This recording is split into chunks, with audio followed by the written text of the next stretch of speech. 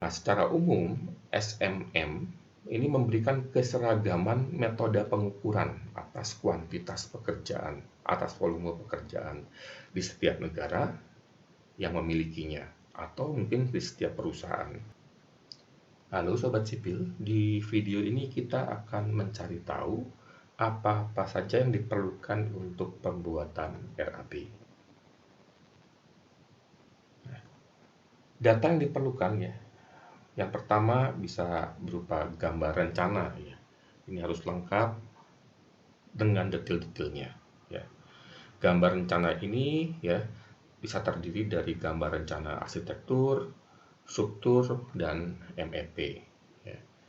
Akan lebih memudahkan apabila kita bisa memiliki gambar rencana 3 dimensinya sehingga kita bisa melihat ya, seperti apa bangunan kita nantinya ya. Nah, gambar rencana ini akan memudahkan dalam perhitungan volume pekerjaan ya. Kemudian bisa kita gunakan untuk menentukan metode kerja dan tentunya juga untuk mengetahui dan menentukan tingkat kesulitan pekerjaan.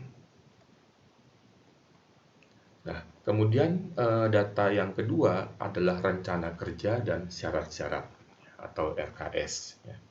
Nah, ini kita gunakan untuk menentukan spesifikasi material dan juga menentukan metode kerja ya. Merek apa yang akan kita gunakan ya, tipe material atau tipe bahan apa yang akan kita gunakan, semuanya akan tercantum dalam syarat-syarat dan tentunya semuanya akan mempengaruhi besarnya biaya. Kemudian juga metode kerja dan cara pengaplikasian ya. Misal untuk pekerjaan pengecatan baja ya. Tahapan pengecatan apa saja yang diminta pada spesifikasi.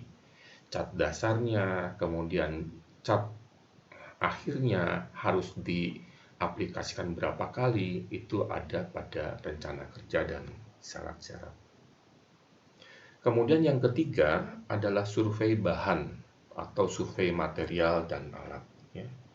Ini untuk mengetahui harga ya, melihat fluktuasi harga dan ketersediaan di pasar, kemampuan supply ya.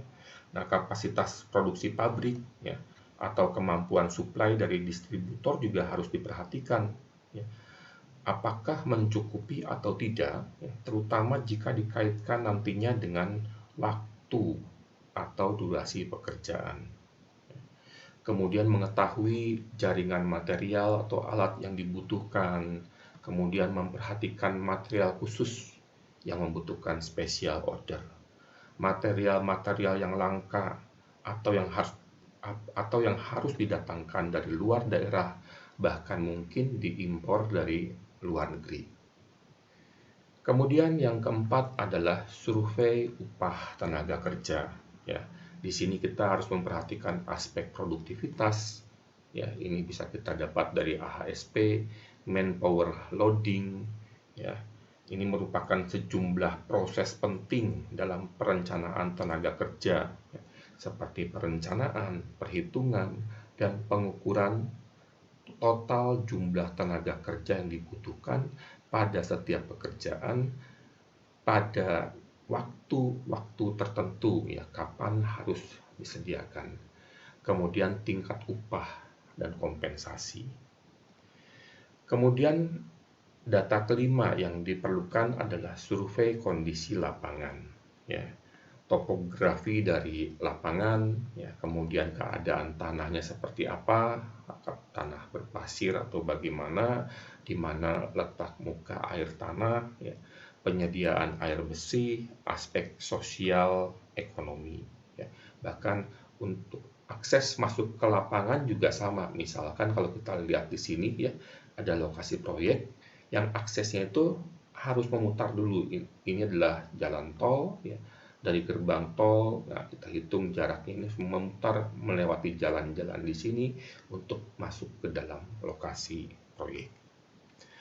Dan yang keenam adalah data-data lain yang diperlukan ya, misalnya perizinan ya, peraturan pemerintah, baik pemerintah daerah maupun pemerintah pusat ya. Kemudian juga berita acara rapat penjelasan pekerjaan atau unveiling yang bisa saja terdapat revisi-revisi ya, dari dokumen-dokumen lelang lainnya.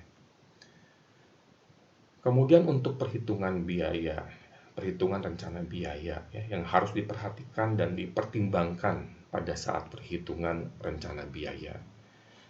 Yang pertama adalah analisa harga satuan pekerjaan. Ya. Ada beberapa AHSP yang dapat dijadikan acuan dalam perhitungan harga satuan. Ya.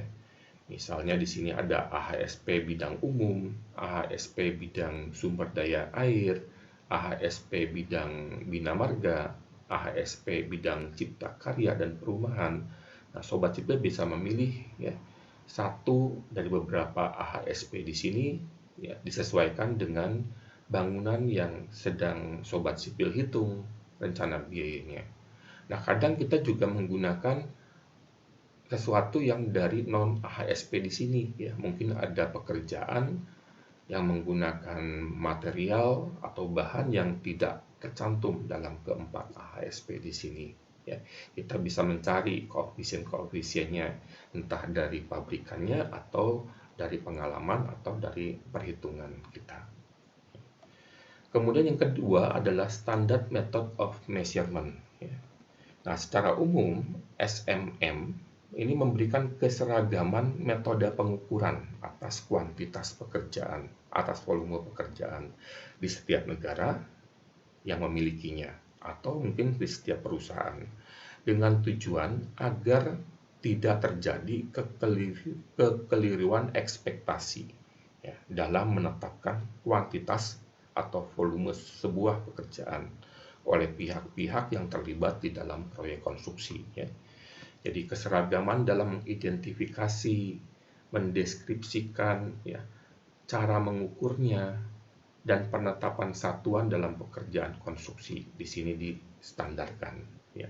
Kemudian menghasilkan Bill of Quantity atau BQ yang terstruktur secara sistematis dan seragam. Kemudian juga untuk memudahkan proses pemeriksaan oleh pihak lain ya. Nah, kalau kita punya SMM yang sama ya, perhitungan yang dibuat itu bisa dibaca dan dimengerti oleh berbagai pihak yang terlibat dalam proyek dengan lebih mudah. Dan yang terakhir ya, kita perlu memperhatikan tingkat kesulitan sekali lagi ya. Apakah memerlukan keahlian khusus? Apakah akan berpengaruh juga pada aspek waktu. Kedua kolom di sini misalnya ya, ada kolom persegi, ada kolom bulat. Nah, kolom bulat ini akan memerlukan tingkat keahlian yang lebih tinggi dan memerlukan waktu yang lebih lama untuk mengerjakannya dibandingkan kolom persegi. Sehingga meskipun ya, volume dari kedua kolom ini sama, tetapi untuk mengerjakannya akan lebih mahal pada kolom bulat. Bahkan juga bisa lebih lama untuk mengerjakannya pada kolom bulat seperti ini. Nah, demikian Sobat Sipil video kita kali ini. Ya, semoga bermanfaat untuk semua Sobat Sipil. Apabila ada pertanyaan, silakan tulis di kolom komentar. Sampai jumpa di video-video berikutnya. Terima kasih dan salam Sobat Sipil.